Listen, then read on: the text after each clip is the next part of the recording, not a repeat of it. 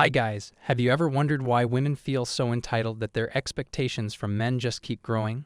Have you ever noticed how even the most average woman will have a massive checklist of how her man must be like? Let's find out what the reality is behind this mindset.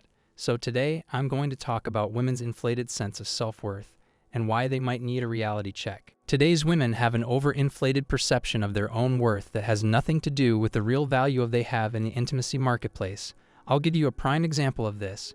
I occasionally have sessions scheduled with female clients. They occasionally ask me to talk about issues they're having. Recently, I met a woman in her late 30s in a similar situation. She had a solid income. I'm referring to a salary of roughly $35,000 per month for the position she held. She had made it big for herself. She realized she had found out how to operate as a sole owner of a business, broadcasting information and earning considerable money in the process. Again, she had done really well, but there was a problem. In reality, she had 2 kids when she was in her late 30s and is now almost 40.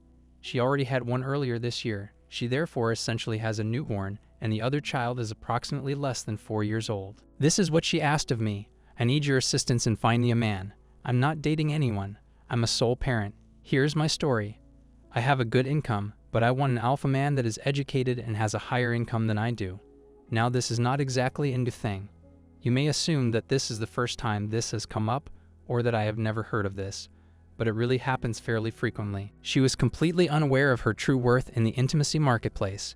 When she was younger, she was gorgeous. I am aware of all of these facts because she provided a link to her social media profile so I could learn more about her. She was a beautiful woman when she was younger, but then who knows what else happened to her after 2 children and a divorce. Although her appearance had dramatically declined, she was at a stage where she felt entitled since she was carrying a baby and a little child.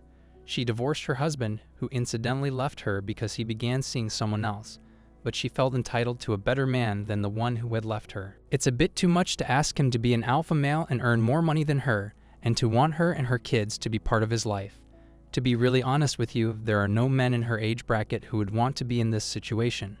She won't have many alternatives around that age, and people who are prepared to take on the responsibility of caring for another man's children will also have to deal with the drama that surrounds that. That is by no means the pinnacle of a woman's market for intimacy. The prime age for women is approximately 23. After then, their value starts to deteriorate. Men, on the other hand, might reach their full potential considerably later in life. Depending on how well they take care of themselves, men usually peak later in life, sometimes in their late 30s or even closer to 40. But there is a significant disparity. Due to their lifetime of free attention, mostly from thirsty bettas and guys who just kind of throw it at them repeatedly, they have considerably better self-esteem and an entitlement that doesn't reflect their actual worth in appearance or as a potential partner for alpha males who'd rather be with young and single women. It comes to them via social media. This woman, who worked for herself and made more than $30,000 per month, wrote off a firm with one business strategy, had a sizable fan base, and undoubtedly garnered the admiration and attention of many individuals. Because of the products she was pushing and selling, I would assume that most of her audience was female, but no man in his right mind would choose that. For the most part, women only date and marry out the socioeconomic spectrum. If it's an alpha, you can tell that they merely want to have a brief affair. Nothing will stop them from spending the night with a recent prisoner if he's alpha enough.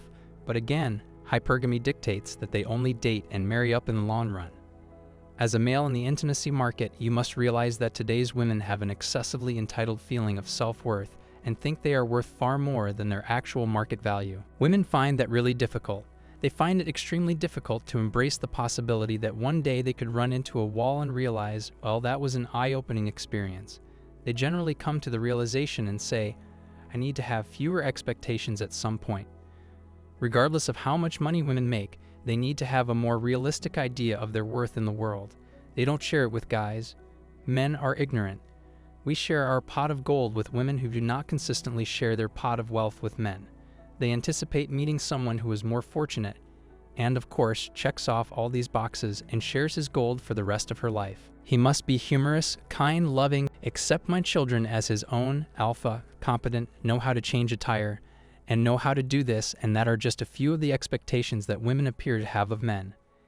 It's as if they have a list of 200 conditions you must fulfill before you are allowed to date a lady in her late 30s who also comes with children. I told her up front that she needed to either reduce her standards for what she's looking for or accept the father of her children back because, 1, it's better for her children, and 2, she won't fare much better. That's the harsh reality that women find difficult to accept. Men must understand it. Again, this is a truth that you must be aware of even if women are unlikely to want to embrace it at some time.